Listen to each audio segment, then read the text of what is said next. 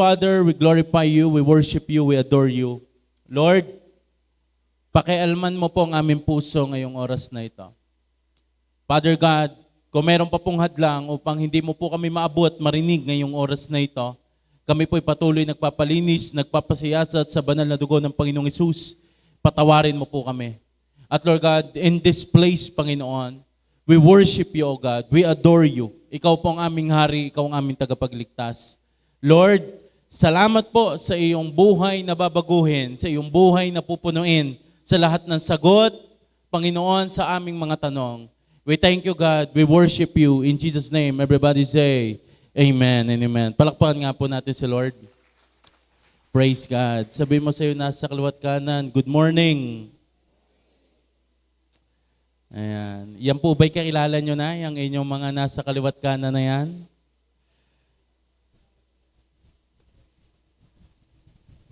Ayan. Praise God. Akin lang kong hinuhuli ang aking, ang ating hangin. Mainit kasi dito sa harapan. Wait lang, siguro itatama na. Yan. Last na adjust. Dadating ang panahon, ari ay tatama na ng kusa.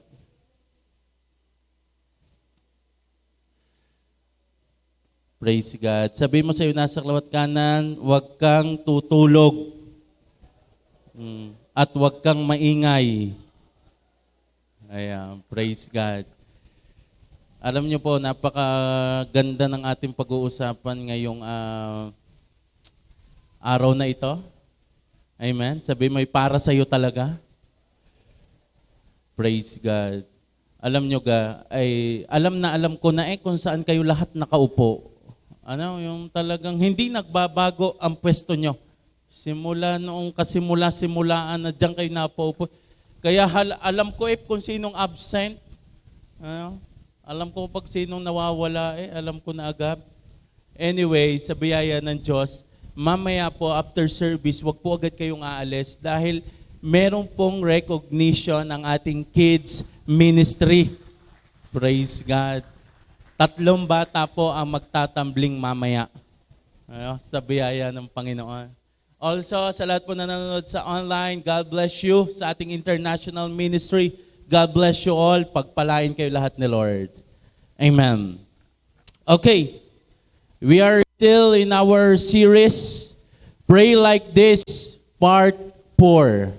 Amen? Pang-apat na po ito. So, kung na-miss nyo po yung mga nakaraang Sunday, pwede nyo pong panoodin ito sa ating FB page at JE1 Taal, mapapanood nyo po iyon. Okay, so today we will talk about Matthew chapter 6, verse 12b. And forgive us our sins as we have forgiven those who sins against us. Patawarin mo kami sa aming mga kasalanan, gaya ng pagpapatawad namin sa mga taong nagkasala sa amin. Last week, we talked about yung paghingi natin ng tawad sa Diyos. Ngayon naman, ang pag-uusapan natin ay yung patungkol naman sa pagpapatawad natin sa iba. Amen. Dito po papasok ang isa sa pinakamahalagang part ng prayer. Yes, everything ay mahalaga. Dahil yung mga first 3 Sundays na pinag-aralan natin, ito po ay laging patungkol kay Lord, patungkol sa iyong needs, patungkol sa provision, patungkol sa paghingi mo ng tawad. Pero itong ating pag-uusapan ngayon, ito ay prayer na dito medyo uncomfortable ka. Dahil paghingi mo ng tawad kay Lord, kasabay din doon ng pag-release mo ng pagpapatawad sa iba. Yung iba dito, talagang kasama dito yung mga tao na nanakit sa iyo, nanloko sa iyo, sumira at may inalis sa iyo. Tandaan niyo po ito. Ang Panginoong Hesus, tinapos niya ang kapangyarihan ng kasalanan. Kasi doon sa kasalanan na yon, doon hindi natin kayang iligtas ang sarili natin. Pero bakit sa pagpapatawad, doon tayo ng Diyos binigyan ng free will. Doon tayo ng Diyos binigyan ng desisyon na atin yon. So, every time nahaharap ka sa Panginoon, alam mo na agad ang sagot sa tanong na, patatawarin ba ako? Kasi automatic, patatawarin ka. Ngayon, every time nakaharap ka sa Diyos para manalangin, ang mahalagang tanong ay, nagpatawad ba ako? So, today, we will go deep doon sa pagpapatawad sa kapwa. Why? Because forgiving others is your protection. Ang pagpapatawad mo, yan po ay protection mo sa iyong sarili.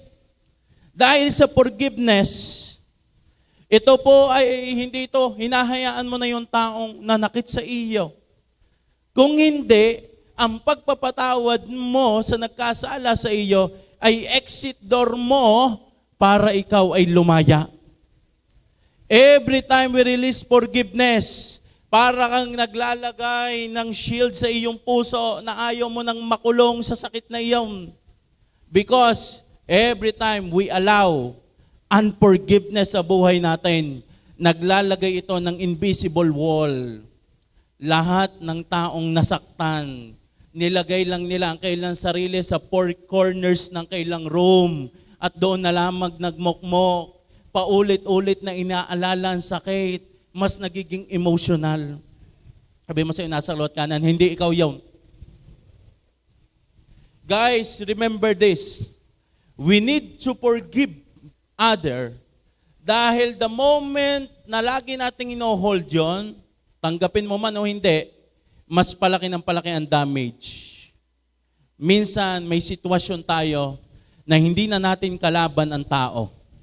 Ang kalaban na natin ay yung wound. So today, pipilitin natin, pag-uusapan natin, ihiwalay ang tao at ang sakit. Kasi sabi ng isa, Pastor, kahirap ba naman yung pinatawad ko na nagkasala sa akin? We will go deep. Paghihiwalayin natin ang tao at ang sakit. Kasi minsan, baka hindi ka na sa tao galit. Baka doon ka na sa wound galit. Baka doon ka na sa sitwasyon galit. So, today, let's talk about mga dahilan bakit ka nasasaktan. Yan. Sabi mo sa'yo, nasa kanan, ikaw ang topic. Yan. Mga dahilan bakit ka nasasaktan. Number 1, wrong interpretation. Yan. Akala mo lang meron, pero wala. Yan. Sabi mo sa'yo, nasa kanan, wala. This is the most common. Hindi ka sinaktan ng tao. Sinaktan mo ang sarili mo kung paano ka nag-isip. Hello. Minsan, ikaw ang nagawa ng sarili mong kwento sa isip mo at nilalagay mo ito sa puso mo at pinipilit mong ito ang tunay. Kaya minsan nagkakaroon tayo ng samahan ng loob. Bakit? Because of our interpretation. Alam niyo ba sa psychology, ang tawag dyan ay interpretation bias? Listen to this. Ang puso ng tao, hindi ito neutral. Laging ang puso ng tao ay meron ito laging gusto niyang ramdamin. Yan na.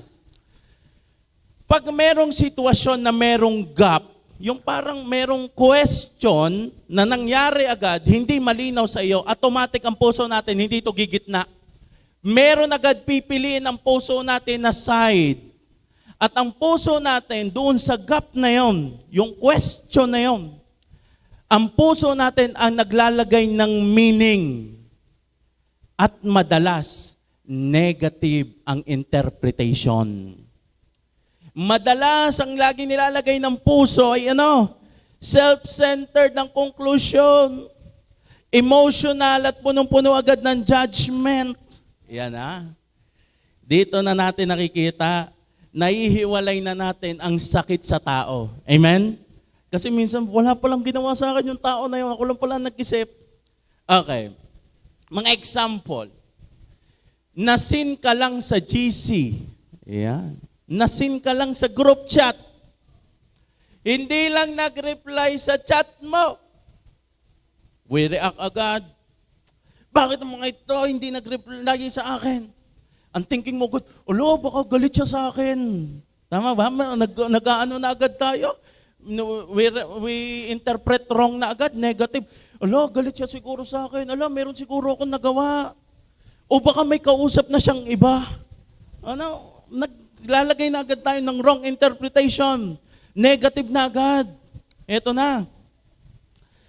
Nagre-react na agad tayo kasi yung ating puso naglalagay na agad ng meaning sa bawat gap. Hindi na natin naisip, baka busy lang. Baka tulog lang. Pero nilalagay ng puso natin, wound. Nilalagay ng puso natin, may iba na yung kausap. May kagalit na yon, galit yon sa iyo. O another example, hindi ka lang nabate o nakamayan. Ka-churchmate mo, naglalakad ka, biglang hello po, biglang nilampasan ka. Ano na agad ang ating gagawin? Kapangit na agad natin mag-isip. Ang feeling mo agad ikaw ay na-reject. Ang feeling mo agad ikaw ay sinaktan. Feeling mo agad ikaw ay wala nang dating doon sa tao na yan. Without realizing, baka hindi ka lang talaga napansin. Amen. Ikaw na may maglalagay, yung tao na yun, namimili lamang. Pag mayaman ang nakasalubong, kitang-kita. Pag kami mga dukha, ay talaga namang pinapalalim, talagang kinakawawa ang kailang sarili. Yung iba pinapansin, ako hindi pinapansin. Yan na. Yung mga gap na yun, tayo na naglalagay nun minsan. Mga cold tone or cold reply. Nireplyan ka lang ng okay. But walang ha-ha. Ayan na. Nireplyan lang ka lang K. Sige. Ikaw naman, drama na. Wala na ba talaga akong dating sa'yo? Ayan na agad. Naglalagay na agad tayo ng mga wrong interpretation. Baka naman pagod lang. Baka naman yun lang talaga ang reply. Sabi mo sa'yo nasa kaliwat kanan, ikaw ang topic. Tayo na agad ang naglalagay ng mga wrong interpretation. Ito pa, yung feeling mo lagi, ikaw ang pinag-uusapan. Yung feeling mo lagi, nakita mo lang, na may day, naku magkakasama na. Ako na naman ang pinag-usapan ng mga ito. Ang naiisip mo lagi ay lagi meron sinasabing tao negative sa iyo. Ikaw ay lagi akala mo lagi ang pinag-uusapan ay patungkol sa iyo. Alam mo, madalas wala naman taong sumisira sa iyo. Feeling mo lang na sinisiraan ka. At kapag dumating ka sa point ng buhay mo na feeling mo'y sinisiraan ka ng lahat ng tao, ano magiging reaksyon mo? Maninira ka din. Anong problema nito ngayon? Nanira ka sa taong hindi naman naninira sa'yo. Amen? Mas lalong nalaki ang wound, mas lalong ang damage. Proverbs 14 verse 12, what you think is the right road may lead to death. Yung iniisip mo minsang tamang daan, yung pala ang magdadala sa iyo sa kapahamakan. Anong ibig sabihin? Yung mga iniisip mo na mga negative interpretation, na akala mo doon talaga patungo, akala mo yun talagang yung pala lalo lang nagbibigay ng damage sa iyo. Sabi mo sa iyo nasa luwat kanan, masarap mabuhay. Huwag kang mag-isip ng pangit. Why? Because wrong interpretation leads to emotional pain. Kung ano ang lagi mong iniisip, yun ang lagi mong mararamdaman. At kung ano ang lagi mo lang nararamdamin, yun ang magiging ikaw. Sabi mo sa'yo, nasa kaliwat kanan, ihiwalay ang tao sa sakit. Baka naman ikaw galit na galit sa tao na yun, pala tao na yun, walang kaalam-alam sa nangyayari sa iya. Ikaw lang pala naglagay ng wrong interpretation. Number 2, unmet expectation. Yan. Ito naman, madalas naman ito sa mga sa mga mag-asawahan, sa family. Basta meron kayong na-expect doon sa tao. Ito ay madalas na tawag dito ay silent killer ng mga relationship. Hindi ka nagalit kasi may nagawa siya. Nagalit ka kasi wala siyang ginawa. Amen? Hindi ka nagalit dahil humanap ng iba, hindi ka nagalit dahil siya'y nagkamali. Nagalit ka dahil wala siyang ginagawa sa'yo. Nagtampo ka sa asawa mo kasi dapat mansarin nyo ang inalala yung manok. Unmet expectation. Expectation creates emotional pain. Kasi nag-expect ka eh. Sabi mo sa'yo nasa loob, huwag ka kasing aasa. Alam mo yung excited ka, tapos yung palang kausap mo, yung excited ka, tapos yung ine-expect mong dapat excited din, wala pala siyang alam. Example, birthday mo. Ang expected mo, pupunta ako sa church, pipiringan nila ako, ay, talaga naman, meron akong cake, pag-uwi, yung talagang may lobo ako, kasi nung last na nag-birthday, umambag ako, yung mga ganon. Diba? Yung asawa ko, alam nyo may birthday ko, February 14, pagising ko, may bulaklak ako. Alam mo yun, may mga ganon tayo minsan thoughts eh. Ang problema, dahil tayo nag-expect, hindi natin na-reach, hindi nagpanagpo yung expectation, mag-iisip na uli ang katawan mo na parang ang isip mo na hindi ka ba importante. Agad nating sinasabihan ng ating sarili na marami na agad tayong iniisip, marami na agad tayong nilalagay na akala mo'y kasalanan ng tao. Akala mo agad yung tao na yun ay maling-mali. Parang ganito. Yung lahat ng taong may problema, ikaw ang chinachat. Ano? Yung talagang lahat ng taong may pinagdaanan sa simbahan, ikaw ang hanap. Nung ikaw may pinagdaanan, wala nang ngamusta sa'yo. Alam mo yun, parang feeling mo, ako ba'y hangin lamang dito? Feeling mo tuloy, hindi ka importante. Feeling mo tuloy, wala kang value. Kaya ano nangyayari? Nag-e-expect ka ng attention pero wala nagbigay. Or ito naman, meron kang kaaway. Ang expect mo, kakampihan ka ng kaibigan mo. Nung nilapitan mo ang kaibigan mo, kinurek ka pa. Ma-attitude ka kasi. Deserve mo yung naaway ka. Deserve mo yung ano. There are a lot of unmet expectation, kaya tayo minsan nagkakaroon ng wound. Uuwi ka sa inyo, nag-expect ka that there are people who will appreciate you, pero pagdating mo doon, wala ka naririnig na kahit na anong salita. Alam niyo po ba, ang mga unmet expectation, yan po ay nagkakaroon ng isang tao ng identity damage.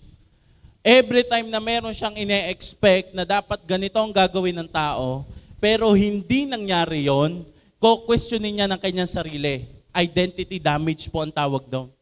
Hindi ba ako sapat? Hindi ba ako kamahal-mahal? Pangit ba ako? Yung mga ganyan. Hindi ba ako kagaya nila? Hindi ba ako kagaya nito? Yung mga ganong mga thoughts. Now, Proverbs 13 verse 12. When hope is crushed, the heart is crushed.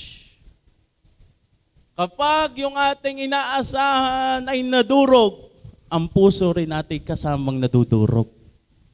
Now, this is the point. Kailangan mong ihiwalay ang tao at yung kanyang ginawa. Ito ba talaga ay offense na kasalanan niya o expectation ko lang na hindi niya naabot? Nagigets niyo ako? Yung bang dinadamdam ko sa kanyang pain, yung bang dinadamdam ko sa kanyang sama ng loob, galit, ito ba talaga'y kasalanan niya? Ito ba talaga'y sinadya niya? O ako lang ang naglagay ng expectation na hindi niya naabot? Dito natin makikita ang paghihilay ng tao sa sakit. Amen? Every time na meron nangyayari sa iyo, meron kang naramdaman, you need to assess, ito ba'y sinadya? O nag-expect lang ako? Hello?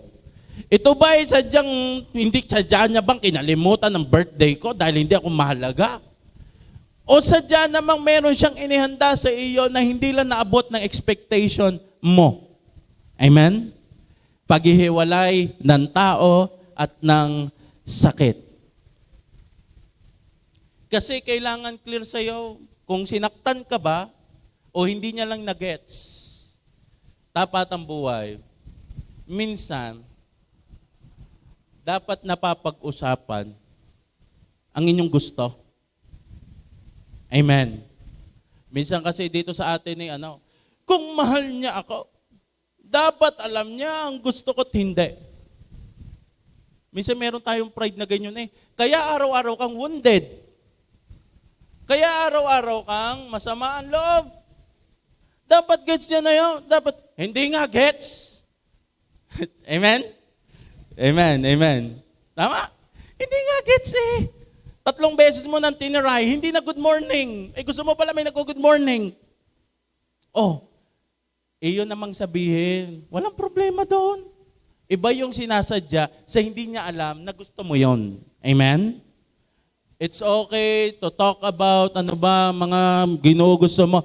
Babe, gusto ko naman pagkagising ko naman sa umaga.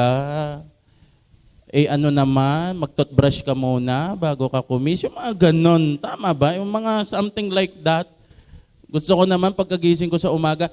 It is something like, minsan kasi pride natin mahal niya ako, dapat kilala niya ako. Hindi. Kung paulit-ulit na nangyayari at lagi mong ipipilit na dapat gayon, lalo ka lang masasaktan. At pag kayo nagkaaway, laging damay yung mga unmet expectation. Amen? Ang gusto mo'y maayos, ayaw mo ng gulo. Amen? So if there is something na mga unmet expectation, you need to talk about it. Kaysa lagi mong tatanggapin, kayo laging sinaktan. Yung pala, hindi lang niya gets. Kaya minsan pag tinanong, ba't kayo ito laging galit? Hindi mo alam kung ba't ako galit? Diyan na, hindi mo alam ba't ako galit? Hindi nga. Sabihin, galit ako. Hindi ka nag-I love you sa akin. I love you. Okay na. Tapos na. Hindi, walang feelings. I love you. Maikli. I love you. Ayan na. Walang dating, napipilitan. Bahala ka na sa buhay mo. Okay. Number 3. Old wound trigger. Ito naman. Ito yung mga dati pang sugat na yung taong pwedeng nakasamaan mo ng galit ay hindi siya ang tunay mong kagalit. Naging daan lang siya para yung dati mong sugat ay lumabas. Nagigets niyo ako? Parang ganito, nabalian ka dahil sa basketball. Meron kang bali sa paa. Abang ikaw ay nakaupo, biglang meron dumaan na takid doon sa paa mo. Tama? Parang gano'n na nangyari. Ikaw ay nagkang sisigaw sa sakit. Sisisihin mo ba ang tao na napilay ka? Yun ay bunga ng una mong meron lang nagpa-trigger. Again, ihiwalay ang tao sa sakit. Not everything you feel is about the present moment. Minsan, akala mo bago ang sakit, yun pala, cycle lang na hindi pa gumagaling simula noon. Imagine this. Minsan, meron tayong reaction na parang ang OA na agad ng react. It's just a simple. Simpleng nangyari lamang, ang laki na agad ng issue.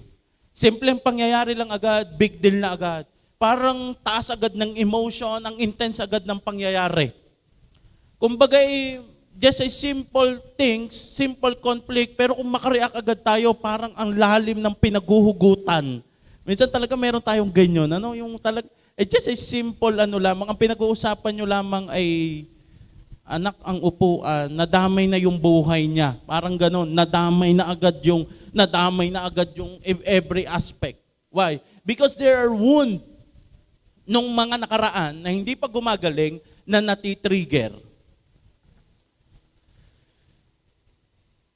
May mga tao na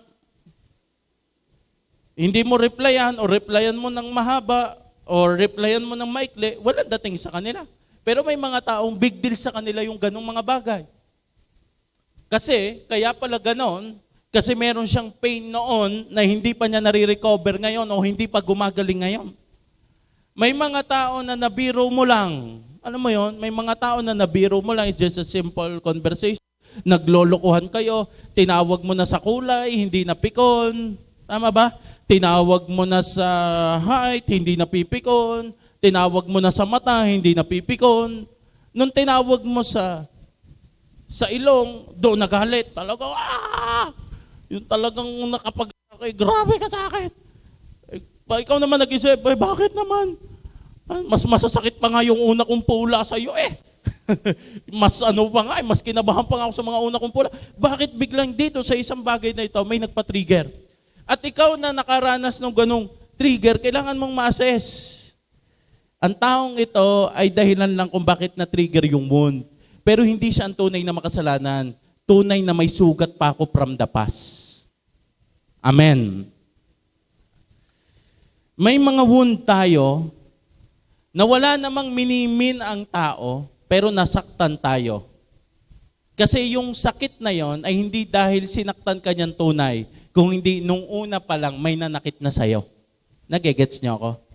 Example, may mga taong lagi kang tinatawagan ng ganito, ganyan, ganyan. Yung tao na tawag sa iyo noon, wala siyang minimin, nasaktan ka. Kaya ka nasaktan, hindi dahil doon sa tao. Nasaktan ka kasi meron ka pang sugat doon. Kaya minsan galit na galit agad tayo sa tao na ito. Ikaw masyado ka ganyan, ganyan, and so on. Without realizing, hindi siya ang tunay na may kasalanan. Now, hinihiwalay natin ang tao at ang sakit. Lahat ng mga unresolved experience sa past, napasok yan sa ating emotional memory. Yung mga pain natin, karamihan ng mga pain natin ay hindi yung present pain. Ito yung mga pain noon na nauungkat lamang ngayon. Kaya every time na ikayaharap sa tao, titingnan mo siya, hindi sa ginawa niya ngayon. Dahil baka naman siya 2% lang. At sa kanya mo na binuhos lahat. Baka minsan, hindi siya ang problema, hindi siya ang dahilan. Siya lang ang nag-activate. Listen, ang mga taong hindi marunong mag-handle ng old wounds, paulit-ulit na nasasaktan sa bagong tao. Kahit pa sabihin, ayoko na makita ang tao na yan. Alam mo, hanggat hindi nare-recover yung sakit, kahit padalhan ka ng Diyos ng bagong tao, same cycle, masasaktan ko lang uli ng tao na yan. At kahit pa sabihin mo, Lord, alisin mo ang taong ito na nakasakit sa akin. Alisin uli yan, meron ulit dadating na tao. At yun uli ang prayer mo, Lord, alisin mo ang taong ito. Without realizing, hindi na pala tao ang problema. Meron kang sugat noon na hindi pa gumagaling. Kaya may na-trigger agad, may napitik. Kumbaga meron lang pumitik agad, ikaw ay talagang grabe na agad na yung reaction.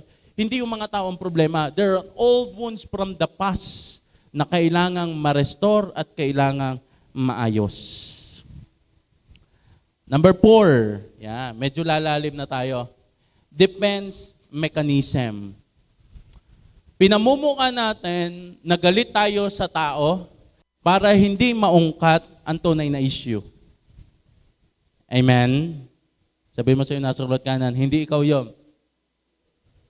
Itong pain na ito madalas nangyayari inside the church. Madalas ito nangyayari pag ikaw ay tinatama pero ang dating sa iyo, sinaktan ka. Amen? 2 Timothy chapter 3 verse 16.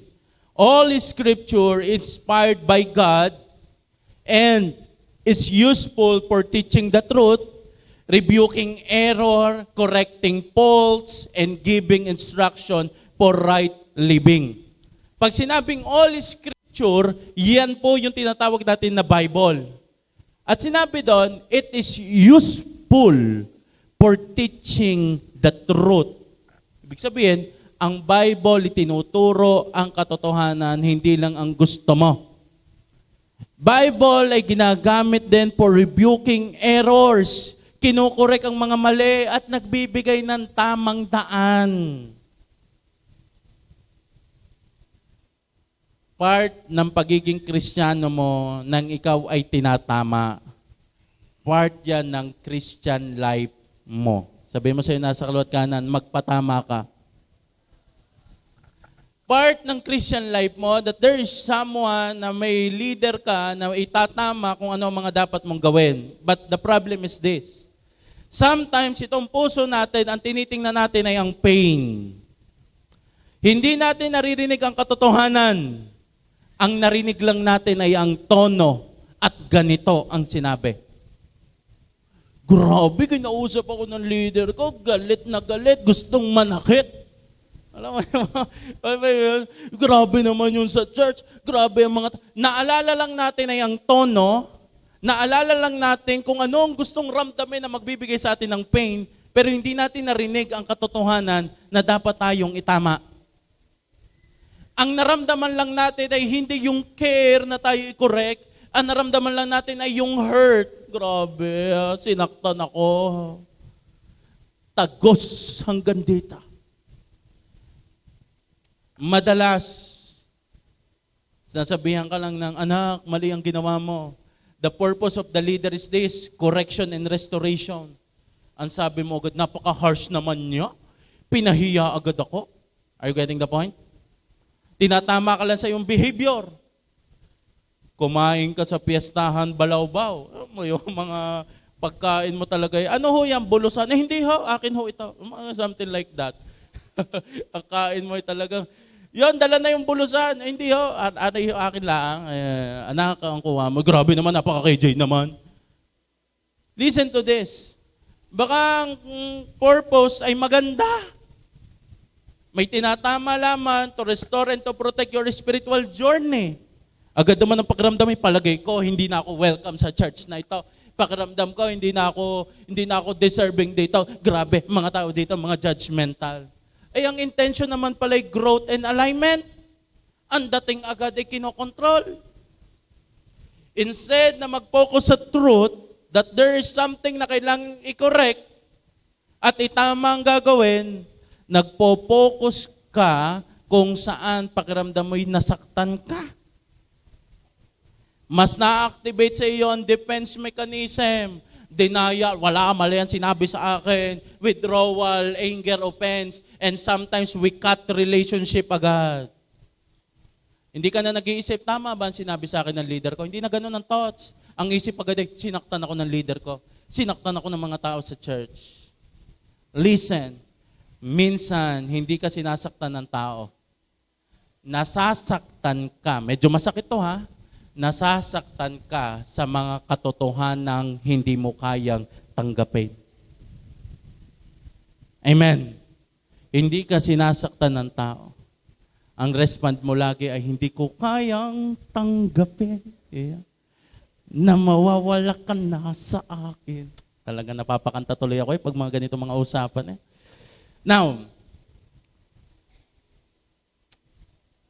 reminder po, meron tayong mga spiritual leader and they are accountable sa atin. Kaya mga talaga magtuturo at magtatama sa atin. Napakahirap pag wala na tayong leader na nagko-correct sa atin. Amen? Dahil sino na lang magtuturo sa atin? Si Holy Spirit. Kung sa leader mo ngang nakikita mo, hindi ka sumunod. Kay Holy Spirit pang hindi mo nakikita. Amen? Now, matuto tayong tumanggap ng correction without losing love. Amen? Matuto tayong tumanggap na if there's someone, our leader, chinek tayo sa ganitong behavior, huwag na, ako na, exit na ako dyan, ang pangit pala dyan. Hindi ganun. Matuto tayong tumanggap ng correction. Okay po, mali ako without losing love. Sige po, mas lalo akong didikit, mas lalo ko pong mamahalin kayo, mas lalo po akong makikinig sa inyo. Amen. Now, dito mas lalalim na tayo. Kung kanina, patungkol sa 1 to 4, mga pain na pwedeng na-create lang natin, mga pain na tayo lang ang naglalagay sa sarili natin. Number 5, let's talk about real pain. Ito yung mga tunay na sakit. Tunay na sinaktan ka talaga. Ito yung tunay na may taong nanakit sa iyo. Tunay na mayroong sugat na ginawa. Tunay na ikaw ay tunay na mayroong betrayal. Tunay na may nanloko sa iyo. Tunay na nakaranas ka ng physical abuse. Tunay na nakaranas ka ng emotional abuse. Tunay na may nag-abandona sa iyo. Tunay na may sumira ng tiwala sa iyo. Tiwala mo. It is something like, it is a real pain.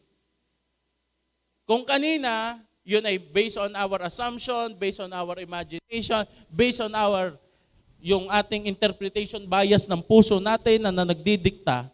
Ito naman, meron talagang pain na tunay. Tunay na may ginawa sa iyo. Nakita na natin ito sa Bible. Even si David, nakaranas siya ng betrayal. Kahit si David ay umiyak dahil nakaranas siya ng tunay na sakit. Even si Jesus, nakaranas din siya ng real pain. Lumuha pa nga siya ng dugo. Ibig sabihin, it's so much, too much. Hindi ito wound na dahil inisip mo lang or dahil lamang ikaw ang nagkamali, sadyang meron silang ginawang mali sa iyo. Talagang ramdam mo, kita mo talaga nawasak ang iyong pamilya. Kita mo talaga ikaw ay naloko, may hiwalayang naganap. Kita mo talaga na pinagsabay kayo. May number 1, may number 2, may number 3. Talagang nangyari yun. Talagang pinagkatiwalaan mo ng buong buo pero siyang sumira sa'yo. Tunay ang pain na yun. Your pain is valid. Tunay na yan ay masakit. Nakikisama ako sa sakit na yan. Nakikiyakap ako. Tunay na mahirap talagang masaktan. Tunay din na pwedeng church ang may mali sa iyo. Tunay din ay kinasaktan talaga ng simbahan ng mga kasama mo sa simbahan. Tunay ang pain na yan. Pero gusto kitang i-remind, kapatid, forgiveness is a command, not based on the level of pain.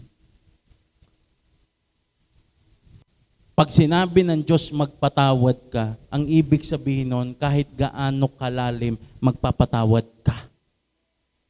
It is not based on the feelings. Di pa ako, Pastor, ready. Ang kaya ko lang patawarin ay yung hanggang dito lang na mga tao, pero itong tao na to, hindi ko na to kayang patawarin. Forgiveness is a command, not based on the level of pain. Totoo ang sakit, pero totoo rin ang utos. Totoo rin ang sinabi ng Panginoong Hesus, magpatawad. Remember this, ang ganda ho ng translation na ito. Matthew chapter 6 verse 12, our theme verse. And forgive us our debts, also have forgiven our debtors. No, ibig sabihin, yung sin, pinalta ng translation ng debt, utang. Patawarin mo. So, ibig sabihin, ganito yun. Hindi ito patungkol sa pera. Lahat ng tao na nagkasala sa iyo, meron silang utang sa'yo. Kaya nga pag nasasaktan, ang lagi mong bukang bibigay, maniningil ako. Tama? Maghihigante ako. Lahat ng taong nakit sa iyo, lahat yan ay merong utang na respeto, tiwala, dignidad, everything. May utang yan. Kaya lagi nating respond, maghihigante ako.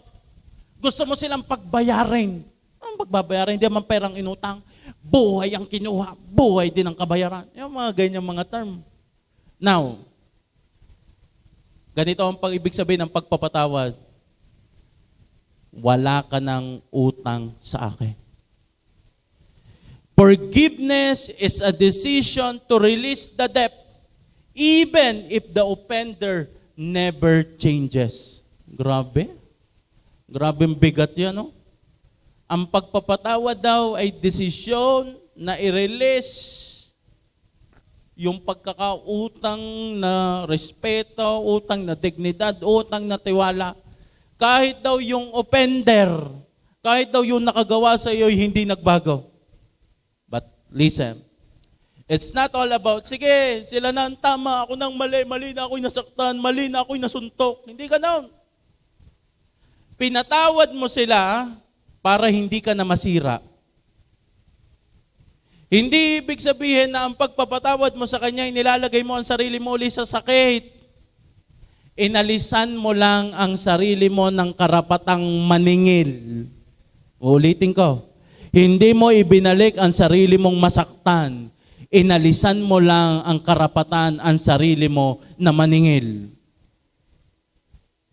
Forgiveness is not saying, okay lang. It is saying, hindi na kita pagbabayarin. Tandaan niyo po ito. Ang paghingi ng tawad sa Diyos ay singhalaga ng pagpapatawad sa kapwa. Hindi sila pwedeng paghiwalayin. Kung nahingi ka sa Diyos ng tawad, isa lang din ang hinihingi sa iyo ng Diyos. Magpatawad ka. Magpatawad ka. Ang prayer na, Lord, patawarin mo po ako, gaya ng pagpapatawad ko, ibig sabihin, ito yung magkaparehas. Alam mo kung saan ka bayaran ng Diyos, alam mo kung saan ka tinubos ng Diyos, ganun mo din titingnan ang iyong kapwa. Matthew chapter 18 verse 23. Sapagkat ang kaharian ng langit ay katulad nito, ipinasya ng isang hari na hinga ng ulat ang kanyang mga alipin tungkol sa kanilang mga utang. It's about debt, utang. This is the story, sabi ni Jesus, ganito kumilos ang langit. Meron daw diyang isang alipin, milyon-milyon ang utang sa hari. Wala na siyang kakayanang makabayad. Kaya sabi ng hari ay siya, dahil hindi ka na makabayad, ibebenta na kita, ibebenta ko ng iyong anak, ibebenta ko ng iyong asawa. Everyone, as in, lahat ng meron kay ubos. Yung alipin, siya ho ay nag-cry.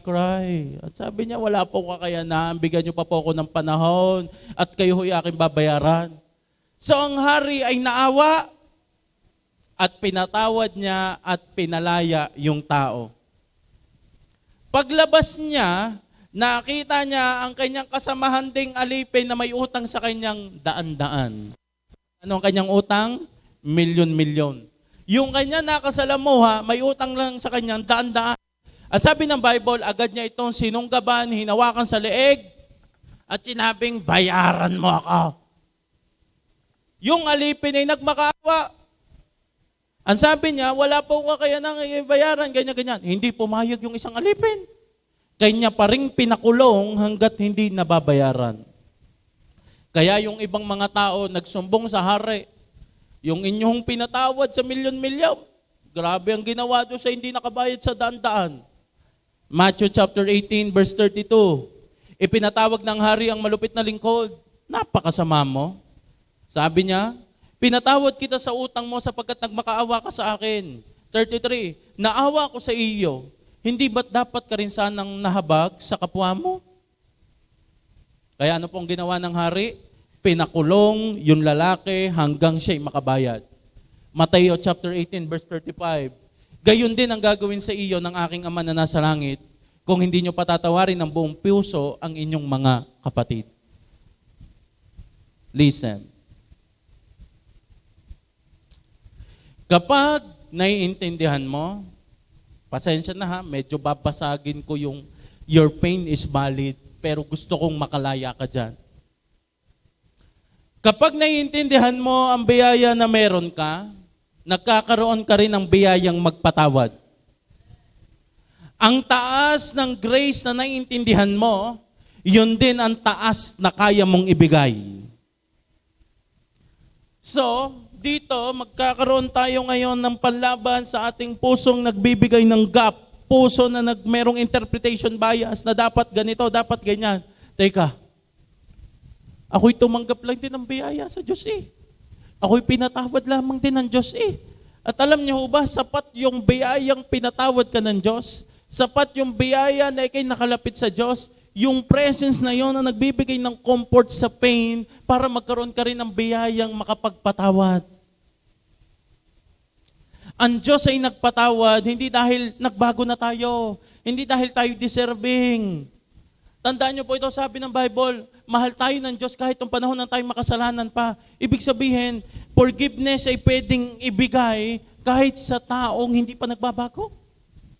Kahit sa taong parang hindi ito deserving. Dahil ang pagpapatawad ay hindi laging patungkol sa tao nun. Hindi sa paglaya nila. Ang pagpapatawad ay laging patungkol sa iyo dahil ikay nakaintindi ng biyaya. Sumalo ka lang din ng biyaya. Kung grace ang tinanggap mo, dapat grace din ang lumabas sa'yo. Kung merong biyayang pagpapatawad na meron tinanggap ka, ay dapat meron ding biyayang pagpapatawad na nagpapatawad ka din sa iba. Sabi nung isa, grabe ka. Pinatawad mo yung tao na yon. Grabe ang ginawa nun sa'yo. Alam mo ba, natural response sa mga Christian, pinatawad lang din kasi ako ni Lord. It's not all about yung ginawa niya sa'yo, but it's all about na kung ano nang ginawa sa'yo ni Lord. Amen? Tandaan mo ito. Ang binibigay mong kapatawaran ay bunga lang din ng pagpapatawad na binigay sa'yo ng Diyos. Ay, pastor, dito medyo mas magiging practical naman tayo. Hahayaan ba o hahayaan ko ba nasaktan uli ako? Listen, forgiveness is not equal to reconciliation. Nagigets niyo ako? Iba ang forgiveness, reconcile. Forgiveness, it is your decision. One-sided yan. You can decide to forgive kahit yung tao na yung hindi pa nagbabago. One-sided yan. Nasa iyong desisyon ang forgiveness. Ang reconcile, yan po ay two-side. Kailangan, nagpatawad ka, pero mas wise ka na ngayon. Amen? Babalik lang ang reconcile or aayos lang, mare-restore lang ang relationship pag meron ng changes yung isa. Forgiveness is not, babalik ka agad sa taong nanakit sa iyo, magtitiwala ka agad, ipoposisyon mo lang ang sarili mong masaktan ka. Kaya mong ibigay ang pagpapatawad. Pero kung gusto niyang bumalik ang dating relasyon, kailangan meron din changes yung isa. Amen? Nagpapatawad pero mas maingat na ngayon. Hindi yung, sige, pinatawad na kita, go, suntukin mo na uli ako ha. Hindi ganon. Nagpapatawad ka kasi nire-release mo yung pain, pero hindi mo na uli ilalagay ang sarili mo doon sa ganong sitwasyon. Nagpatawad ka, pero pwedeng may boundaries. Example, lagi ka na naloloko.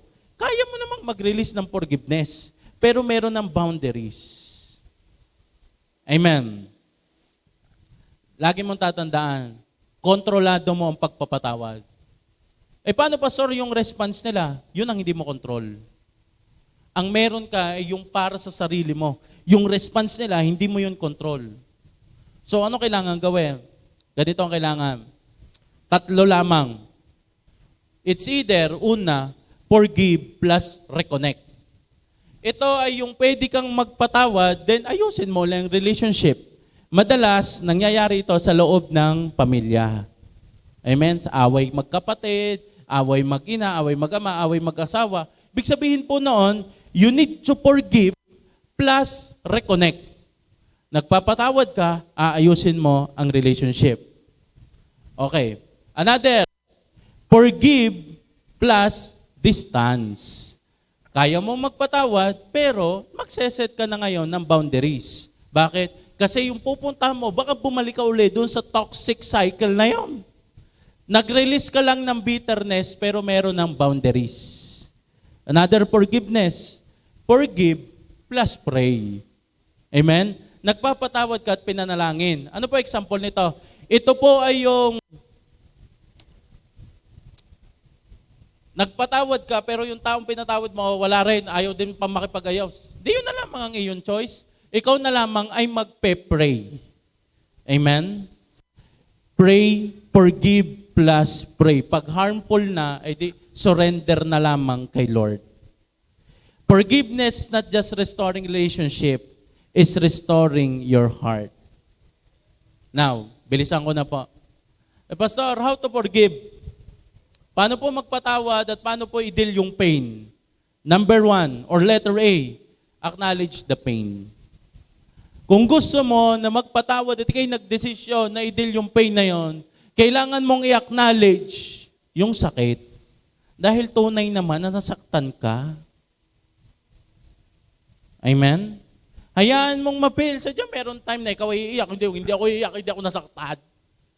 Di ka na, hindi ako iiyak, wala mamanid ba hindi, sino ka, huyo. Di, pag nasaktan ka, if you want to forgive, kailangan mong umiyak. Amen? Sabi mo sa'yo, nasa likod ka na, okay lang umiyak. Amen? Okay lang to release that pain. Kasi yun ay natural response ng katawan natin pag nasasaktan tayo.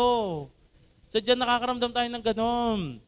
We need to separate. Kasi alam nyo po ba, pag na-release natin ang pain, mas nakakapag-isip tayo ng tama kasi nase-separate ang pain sa tao. Amen? Acknowledge the pain. Letter B, release the person to God.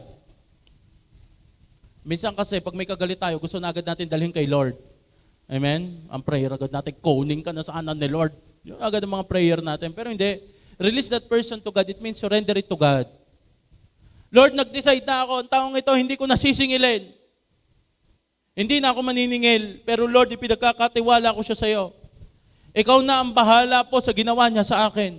That is mean releasing that person to God. You're allowing God Lord, ikaw na po ang bahala. And letter C, allow healing process. Ang pagpapagaling, lalo na pag masakit po ang sugat, hindi po yan, yung pagka-pray mo, okay na po ako, hindi, mamaya pag uwi mo, pwedeng maramdaman mo yan. Pero you need to allow healing process. May proseso ang pagpapagaling. Every day, nagdi-decision ka to forgive.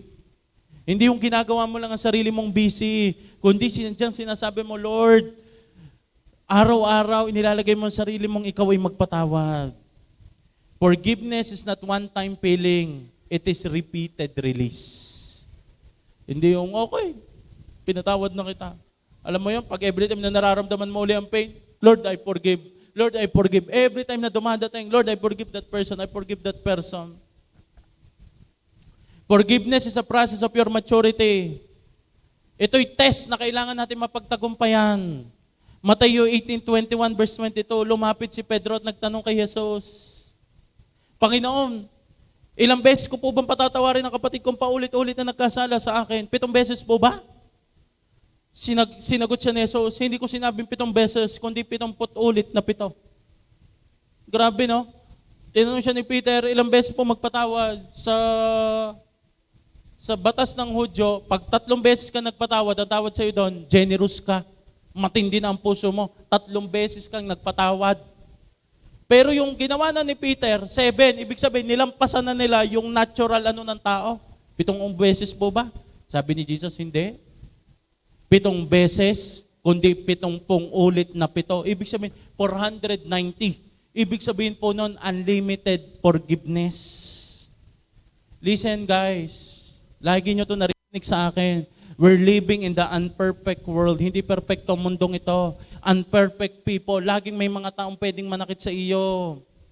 Pero itong matindi, pag napagtagumpayan mo ang biyayang magpatawad, ang sitwasyon na pwedeng magkulong sa iyo, ay sitwasyong palang pwedeng maging pagpapala sa iyo. Hindi natin mapipigilan ang pain, sadyang meron taong mananakit at mananakit sa atin. Pero pwede nating tingnan ito ng iba. Pwedeng hindi tayo hugumante. Si Joseph, malapit na po ako matapos. Si Joseph, in the Bible, grabe po ang ginawa ng kanyang mga kapatid. Siya po'y pinagtangkaang patayin, ihulog sa balon, ibinenta pa para maging alipin. Nung siya po ay ibinenta, alam niyo po ba nangyari doon? Siya po ay naging alipin, napagbintangan siyang rapist, siya ay nakulong bago siya maging next to King Pharaoh. Nung si Joseph ay meron na siyang authority, meron na siyang power, meron na siyang kakayanang maghigante, meron siyang karapatan na sisihin, gantihan ang kanyang mga kapatid. Alam niyo po mga kapatid ni Joseph, natakot sa kanya, baka tayo paghigantihan. Nung lumapit sila kay Joseph, ano sabi ni Joseph? Genesis chapter 50 verse 20, You intended to harm me, but God intended it for good to accomplish what is now being done, the saving of many lives. Alam mo yon? Parang we cannot stop people from hurting us because valid ang feelings. Because we are in the unperfect world. Unperfect people. We cannot stop people na pwedeng merong unmet expectation, may pain na maranasan, pero pwede pala tayo mag-respond ng kakaiba. Kaya pala sabi ng Diyos, unlimited ang forgiveness. Kasi every time you forgive, yung sakit na nangyari sa iyo ay pwedeng gawing maganda ng Panginoon. Walang pangit na experience ang hindi kayang pagandahin ng Diyos. Kaya nga, if we will assess, masakit yung ginawa kay Joseph.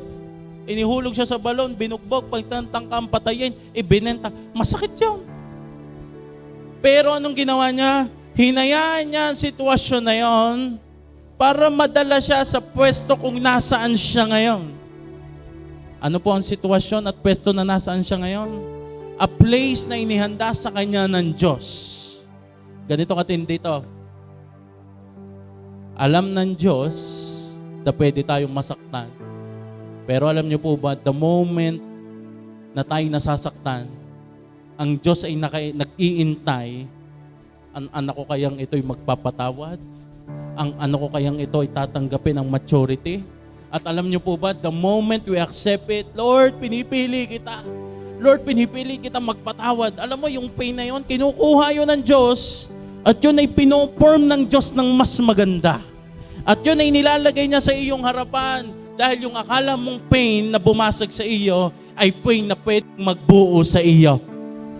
There are pains, there are situation. It's up to you. The Lord is giving you a choice. Ano bang gusto mo? Magkulong ka na lamang dyan sa pain na yan? Hahayaan mo na lamang ba ang sakit na yan? Hahayaan mo na lamang ba na ang plano ay masama sa iyo? O hahayaan mo that the intention na masama sa iyo ay titingnan mo that intention is from God? You intended to harm me. Parang ganito Alam kong masama ang intention nyo sa akin. Pero hahayaan ko ang pain na ito dahil hindi ako nakatingin sa harm na ginawa mo. Nakatingin ako sa intention ni Lord na to accomplish what is now being done. Ibig sabihin, you are not focused dun sa taong nanakit. Nakapokus ka sa pwedeng mangyari sa iyo at pwedeng mabuo sa iyo dahil sa sakit na yon. Hindi ka nakatingin sa tao, nakatingin ka sa Diyos. Lord, ito nararamdaman ko, may purpose ka dito. Lord, ito ang aking nagagawa dito. Lord, meron kang binubuo sa puso ko. Meron kang binubuo sa pagkatao ko. At habang natatransform ang iyong buhay, papalapit ka ng papalapit sa inihanda ng Diyos. It's either pipili ka ng hahawakan mo ngayon. Bitterness, para hindi ka makapunta sa future na inihanda sa iyo ng Diyos. Or release the pain and enter sa plano ng Diyos sa iyong buhay. Guys, it is not unfair to forgive. Because unang-una pa lamang, ikaw ang unang lumalaya. Ikaw ang unang nare-restore. May please stand right now.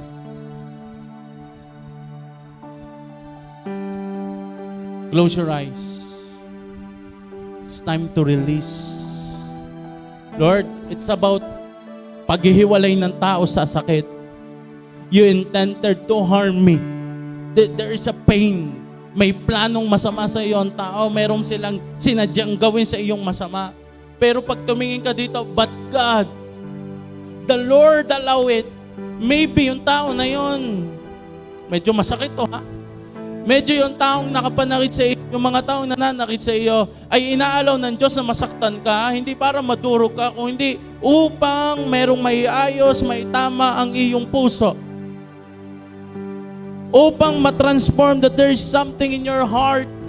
Baka merong kailangan talaga mabasag na pride, baka meron talaga, baka pwedeng ginagamit ng Diyos ang tao na yun. Or pwedeng hindi talaga ginamit ng Diyos ang tao na yon, pero sinabi ng Diyos na, don't worry, it is not the end, hindi pa tapos ang Diyos sa iyo. Meron pang inihandang mabuti, meron pang inihandang maganda ang Diyos sa iyo. Ngayong oras na ito, we'll just pray to God, nabigyan tayo ng Diyos ng pusong dalisay. A heart that's so willing that kay Lord nakatingin. A mind, a heart na kayang i-separate ang tao at ang sakit. Come on, close your eyes and sing this song.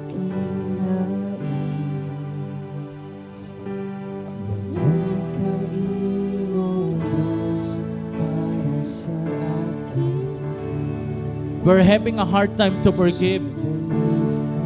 Ang panalangin mo ay ganito, at least mag-decide ka ngayon. Lord, masakit pa po, pero Lord, ako'y nagpapatawad. Lord, hindi ko po ito kaya, but Lord, bigyan mo ako ng biyaya. Lord, bigyan mo ako ng biyayang magpatawad. Itong hingin mo.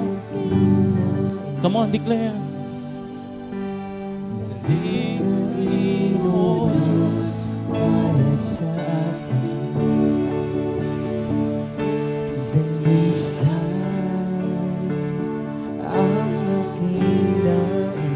Come on, declare.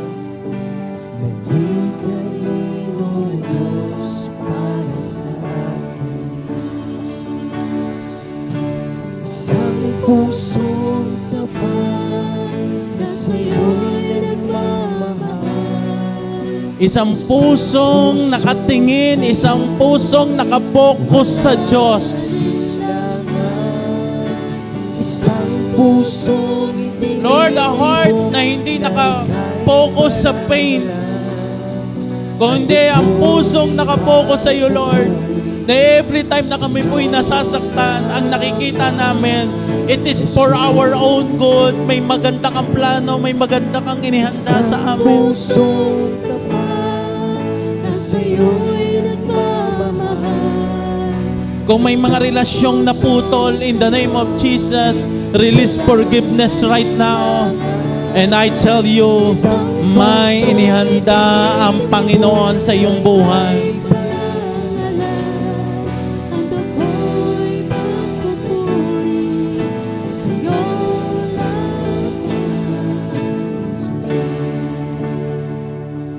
Ngayong oras na ito, kasi itong ating heart, ito may interpretation bias eh. Hindi ito nagiging neutral. Ito ay laging ang isip nito ay pangit, laging ang isip nito ay kung anong kanyang gustong maramdaman, laging ang gusto lang. Ito ay masakit.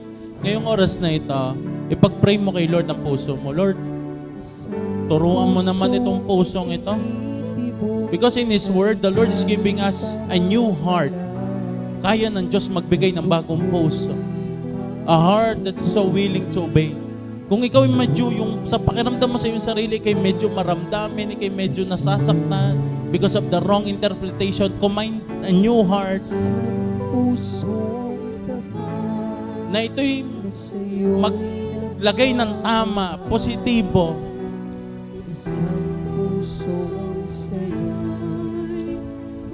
Kung meron pa mga old wounds na lagi meron trigger points sa iyo, na every time na natatouch, laging bumabalik at bumabalik. Humingi ka kay Lord ngayon ng biyaya na maputol na ang ganong cycle. Humingi ka kay Lord ng biyaya and release forgiveness.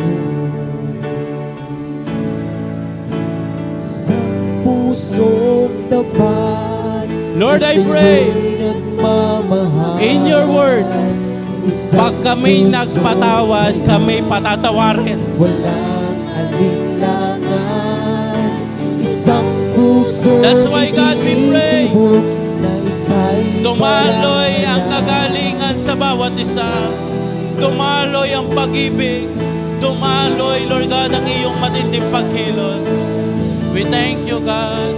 We glorify you. We worship you. In Jesus' name, amen and amen. Sabihin mo sa'yo nasa kaliwat kanan, magpapatawad na tayo. Praise God. God richly bless you.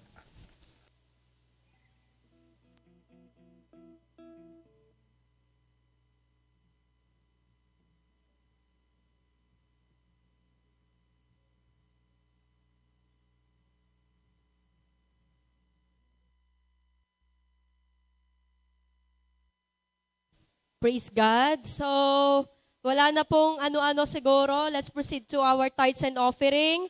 At alam ko po, ang bawat isa ay excited na. Let's give back to the Lord ang para po sa Kanya. Amen? At alam ko, ang bawat isa ay cheerful giver. And also, patuloy pa rin po I encourage everybody to give your tithes and offering kay Lord. And let's test Him what He can do sa ating pong mga finances, sa ating pong buhay, not only for us but also for our family. Amen? Ang Diyos po'y buhay at siya'y totoo sa kanyang mga pangako. Maging sa nanonood po sa atin sa live, presented sa ating pong screen ang ating pong mga online transactions for our tithes and offering. Sige po, let's pray everybody. Let's close our eyes and bow our heads. Hawakan po natin ang ating mga sobre na ating pong bibigay para sa ating Diyos. At sa mga first time po, ayan, nandyan po yan sa upuan. You can personally write your prayer request para po maipanalangin natin. Let's pray. Heavenly Father God, marami pong salamat Panginoon, Jesus Christ and Holy Spirit, sa lahat po ng pagpapala, pabor, protection sa aming pong finances. Thank you Lord God for supplying all our needs, even our wants, Lord God. Thank you po Panginoon sa pag-i-increase sa promotion, sa mga prayer requests na yung tinutupad, Lord God, at patuloy Panginoong tinutupad, Lord God, in Jesus' mighty name. At Lord, Dalangin namin, Panginoon, sa oras na ito as we give back our tithes and offering, Lord God, ang manifestations ng lahat ng iyong mga pangako, Panginoon. Sampu ng aming pamilya, trabaho, Panginoon, businesses, lahat po na pinagkukunan ng resources ng bawat isa, Panginoon, ay iyo, Lord God, pasasaganain, Lord God, at bubuksan ang durungawan ng langit, ibuhos mong masaganang pagpapala, Panginoon, and we declare, Lord God, ang victory upon victory, Lord God, and answered prayer, Lord God, sa bawat isa. In Jesus' mighty name. Lord, we thank you. This we pray in Jesus' name. Amen. Pwede na po tayo magbigay.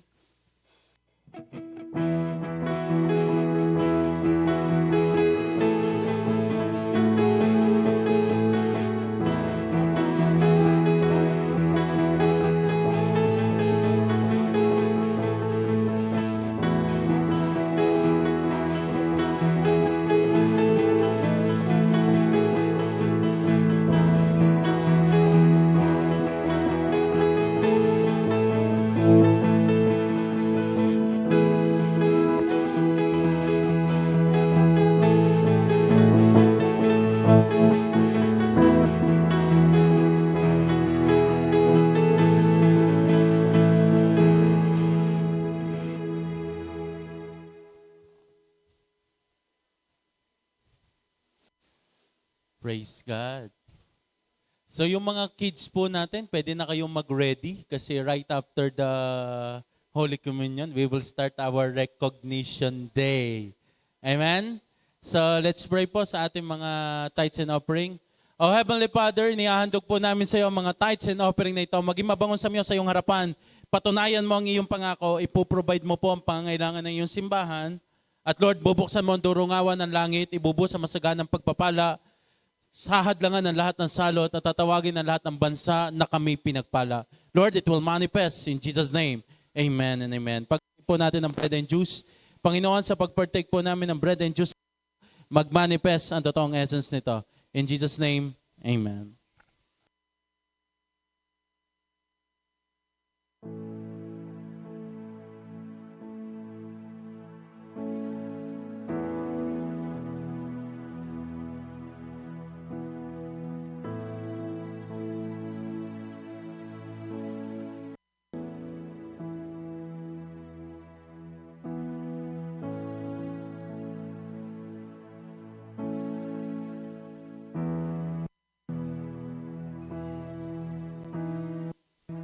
Para po sa lahat na meron na, maaari na po kayong tumayo. Yumuko pumikit pagkat ang gawain pong ito'y banal sa Panginoon.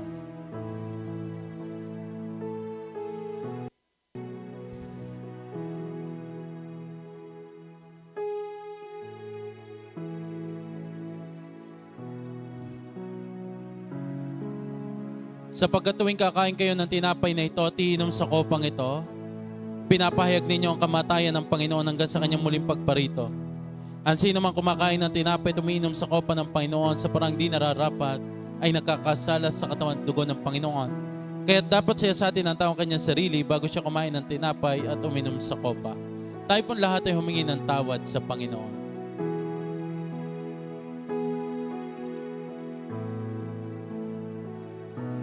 Ito ang katuroang tinanggap ko sa Panginoon at binibigay ko naman sa inyo.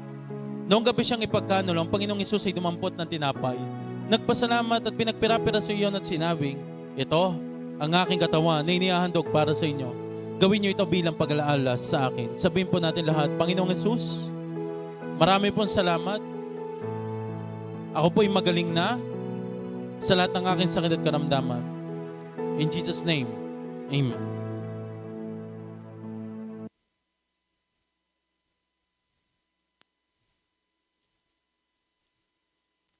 Matapos maghapunan, dumampot din siya ng kopa at sinabing, ang kopang ito ay ang bagong tipan ng Diyos na pinagtibay ng aking dugo.